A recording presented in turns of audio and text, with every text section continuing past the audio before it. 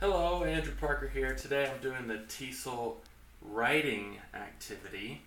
And today for the activity we're going to be doing chatting exercise where my brother will be writing a message, passing it behind to Terilyn, and she will thus reply. And it will continue for about 5 minutes for each topic of discussion. For the video's sake, we're going to have them write it, and then when they pass it back, the other person will read what the other has written, as well as whatever else they want to do. So let's get it started.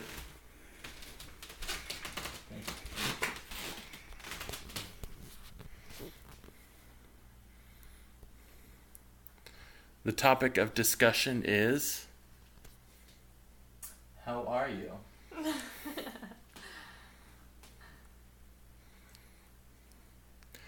Also, for the video's sake, we will be going over quality, not quantity.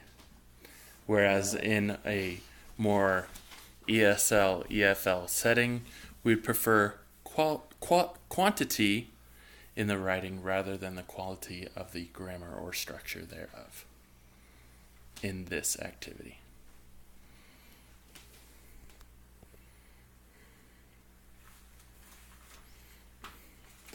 So now you'll read her response. I am doing great. How are you doing today? That's a good response.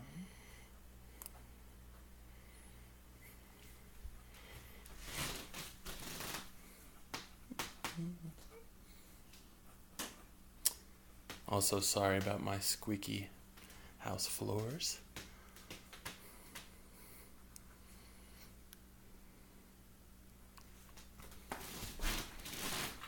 Okay, I am doing good. I just went on a date.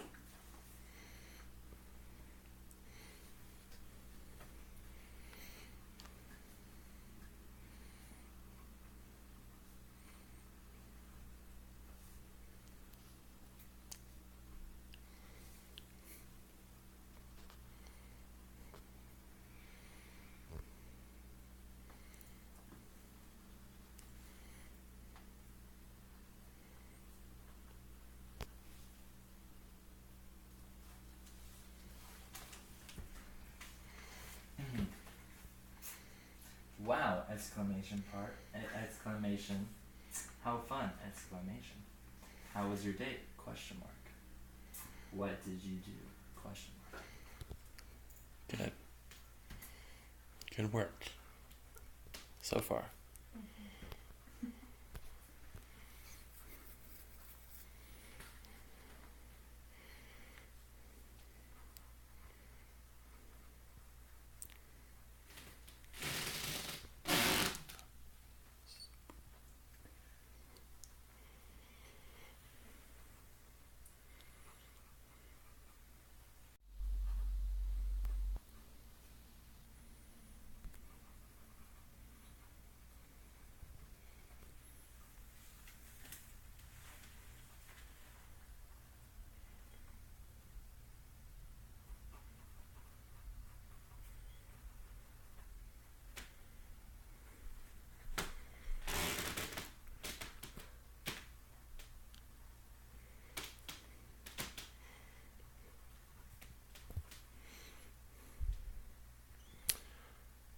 For this exercise, we don't need to write a novel, but short responses work. I'm sorry.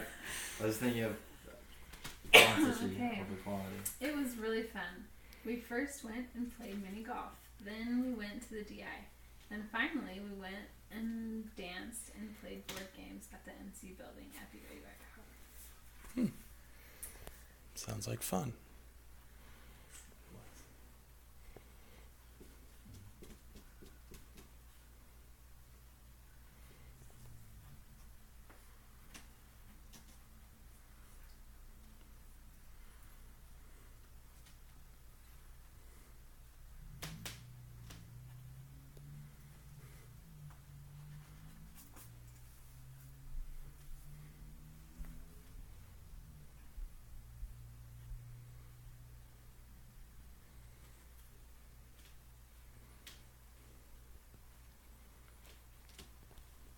also in this setting, there would be more than just one group working, making it a little bit more classroom oriented other than just complete silence. How many groups normally? Depending on how many students, you could pair up or do groups of 3 or 4. Also, depending on the amount of English known, this particular chatting structure could be differentiated.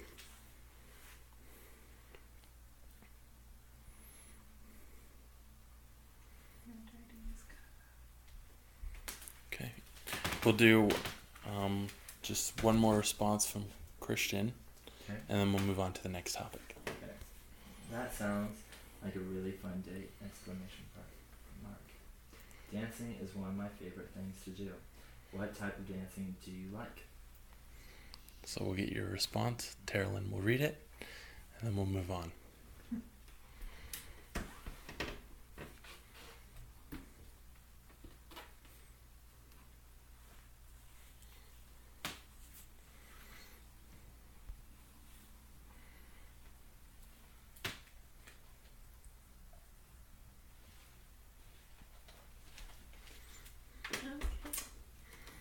It's not novel this time. I like to do ballroom dance and international dance. Excellent. And so for the second topic, we'll start off with sports. You could ask, like, what's your favorite sports team, or sport in general, or anything of that manner, and then continue the chat back and forth. Okay. Just to give a little bit of variety to the video.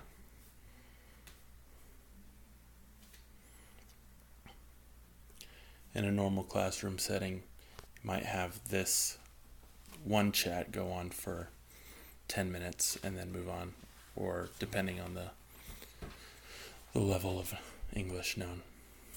What is your favorite sport? Question mark.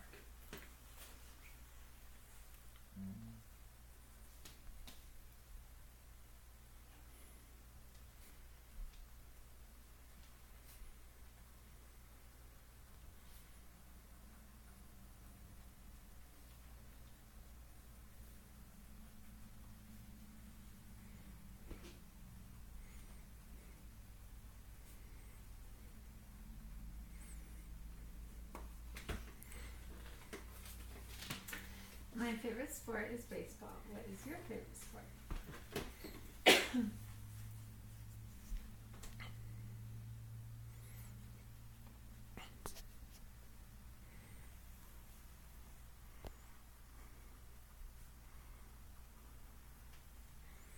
I'm sure this will be trending by the end of the night anyway. Most likely.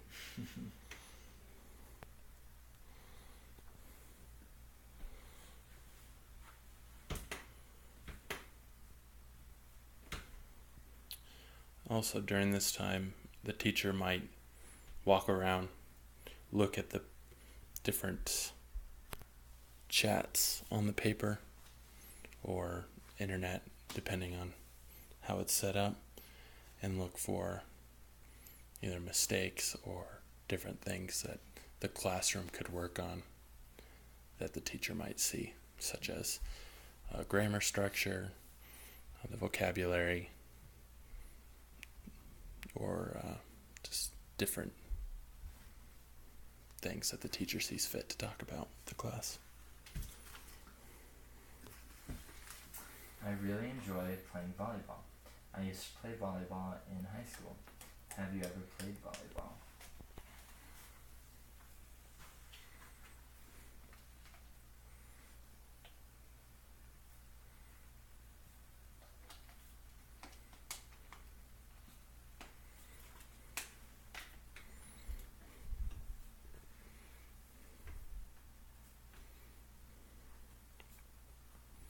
So we'll go about for one more minute.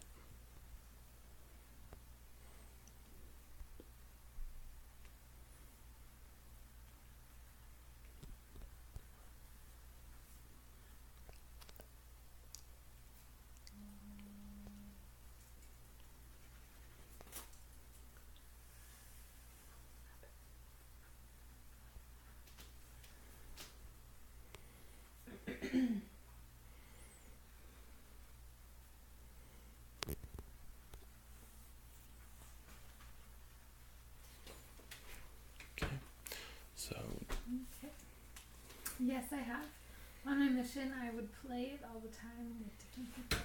What position did you play? So we'll have Terilyn respond, and then we'll get a little bit of your feedback and insights of this activity.